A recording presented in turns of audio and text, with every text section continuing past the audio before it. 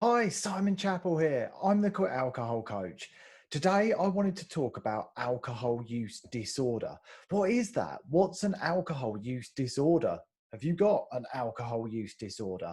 Well, this video will help you understand what it is, whether that's something that's affecting you, and most importantly, what to do about it. But first of all, if you enjoy the videos on my channel, there's new ones every Tuesday and every Thursday. So hit the little red button and you can subscribe and make sure you never miss another video. And if you need more support with quitting drinking, check out my program at joinbesober.com. You can try that free for 14 days. Now, you may have heard me talking about my opinion on terms that tend to carry a stigma, like alcoholic or in recovery. To me, I'm not an alcoholic. I don't identify as an alcoholic. Those sort of terms tend to carry a stigma, and I much prefer to approach my alcohol-free life as a choice that I've made for myself, a lifestyle choice. I see myself as passionately alcohol-free. I'm excited by my sober lifestyle. I don't want to be giving myself affirmations every day that I'm an alcoholic and that I'm forever in recovery. How can I be an alcoholic if I don't drink anymore? So I don't buy into those sort of labels. Now, I know that they do work for some people, and that's really important. If you're motivated by terms like alcoholic and in recovery, then absolutely use them. I think that's really, really important. You've got to understand what works for you, what motivates you. But for most of the people I work with, they feel that having positive affirmations around this being a lifestyle choice, something that they're motivated and empowered to do for themselves, it's the right approach, and that works really, really well. And of course, they believe that, and we should believe it because it's the truth. The truth is that we're doing this for ourselves and that there's a much better life on the other side of drinking. But an alcohol use disorder is something different. There's no official diagnosis for alcoholism, but there is for an alcohol use disorder. And I'm going to use the US measure of alcohol use disorder because it's the one I tend to remember. So there's a number of symptoms that can be applied in order to diagnose somebody as having alcohol use disorder. And of course, it applies to heavy drinkers, which is exactly what I was. And the severity of the alcohol use disorder depends on the number of symptoms that you're displaying. So a mild alcohol use disorder would be seen in somebody who's displaying maybe 2 or 3 of the symptoms. And I'll run through the symptoms, specifically what they are, in just a moment. Now, a moderate alcohol use disorder would be somebody with 4 or 5 of the symptoms, and a severe alcohol use disorder would be somebody with 6 or more of the symptoms. So let's talk about what those symptoms are, what actually constitutes an alcohol use disorder. So in the US, there are 11 symptoms that are used to determine whether somebody has an alcohol use disorder. The first would be that alcohol is being drunk over longer periods than was intended and in larger amounts than was intended.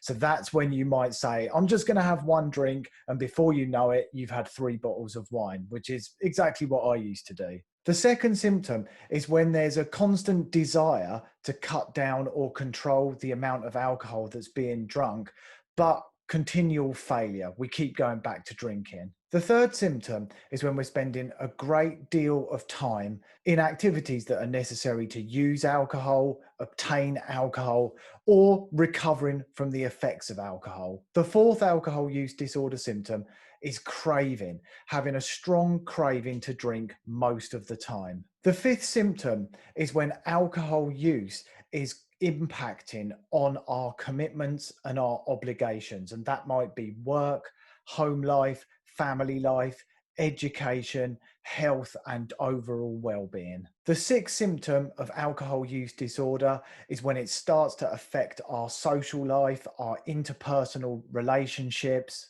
and causing problems with our friends and our overall social circle. The seventh symptom is when important social, career, or recreational activities are given up in favor of alcohol. So we'd much rather drink instead of getting involved in these activities. The eighth symptom is when we put ourselves in physical danger. And if we do it over and over again, that's an even stronger sign that there's an alcohol use disorder problem. The ninth symptom is when we continue to drink alcohol despite knowing that we already have a physical or a psychological condition that was caused by drinking. We carry on drinking. On top of that, even though we know we've already got problems as a result of alcohol. The 10th symptom of an alcohol use disorder is when we start to build our tolerance to drinking. And there's two sections to this. The first is that we need more and more alcohol to achieve a state of intoxication. And the second is noticing a diminished effect of the alcohol when we drink the same amounts. And the final symptom used to identify alcohol use disorder is withdrawal symptoms. And quite simply, this is described as needing alcohol to relieve the symptoms of withdrawal. The alcohol actually makes those feelings go away. So they're the most common signs to find out whether you might have alcohol use disorder. I've actually got another video that shows 16 signs you might be an alcoholic, and it goes into a bit more detail, but that's what's used by the medical sector. Now, you might be watching this and thinking, oh my, I've just answered 8 out of 11. I must therefore have an alcohol use disorder.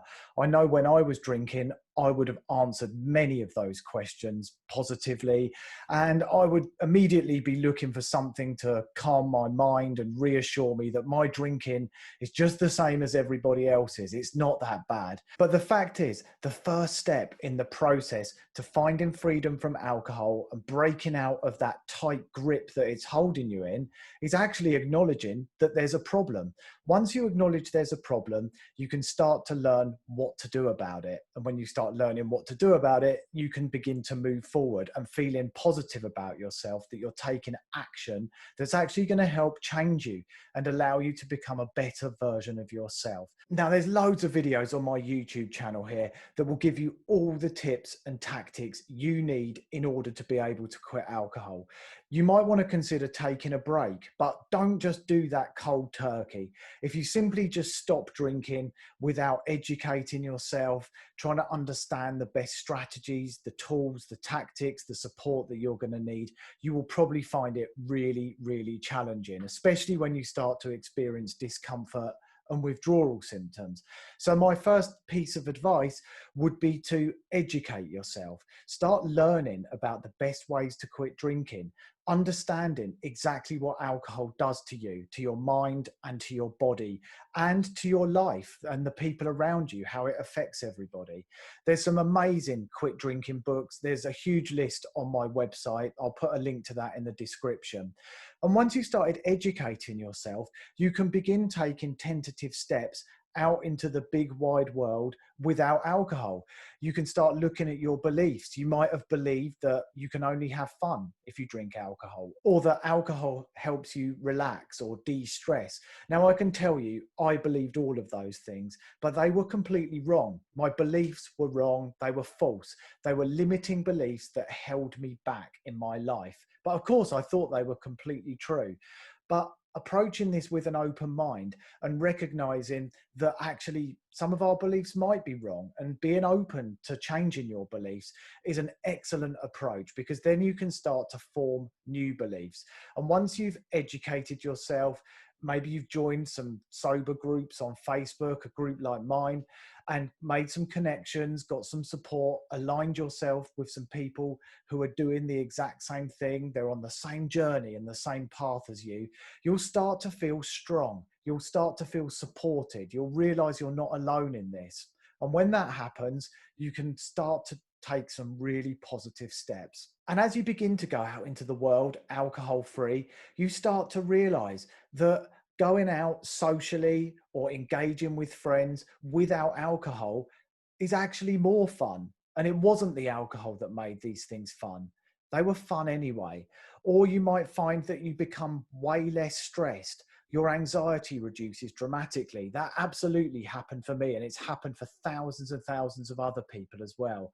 So when you notice these things, you realize that alcohol wasn't helping you, and your beliefs truly start to change because you've got concrete evidence, you've experienced it for yourself. So the second step after educating yourself is putting it into practice, getting out into the big wide world. And as I say, there's loads of videos that go into this in so much more detail right here on my channel. And you will continue to grow if you're aligning yourself with people who are supportive. You've got the right tools, the right strategies in place. You're just going to grow stronger and stronger. That's not to say there's not going to be some discomfort along the way and you're not going to face challenges, but it's critical that you set yourself up for success. And everything you need is right here on my YouTube channel, on my website, and in the Facebook group Be Sober, which I would love you to join. It's completely free and it's a great place where you can find some amazing support and connect with people who will understand exactly what you're going through and what you're trying to achieve with your life. And over time, as we continue to put what we've learned into practice, we start to master it. The cravings slowly reduce. They don't come as frequently as they did in the first couple of weeks. Our mental resilience builds. We feel calmer. Things that used to cause a childish meltdown, they don't phase us any longer. And we're not thinking about drinking all the time. We slowly start to master it. And as we start to master it, we start to feel free. We start to feel happiness and peace in our life. And that's when we can move to a place where we experience joy. And I didn't experience joy and happiness for over 20 years while I was drinking. And it was several months after I quit when the anxiety faded, the general low moods began to drift away, and I found myself smiling, laughing, actually enjoying my life for the first time in a long time. So you'll find that you move through those phases. And it's vital that you approach this with a mindset of looking forward to what you're going to experience. Get excited about it. Know that there's something amazing on the other side. Right now, you might be feeling sorry for yourself, thinking, I've got an alcohol use disorder, I'm an alcoholic, I've got a massive problem, I can't ever stop drinking. Well, I can tell you, there's thousands of people in my Facebook group that have had that exact same feeling, and then they've worked through those steps to find complete freedom. And now they're on the other side. They're happy, they're enjoying their life. It wasn't as hard as they thought, but they approached it with the right mindset. They opened themselves up to having their beliefs challenged, and they put the work in. They immersed themselves in sobriety.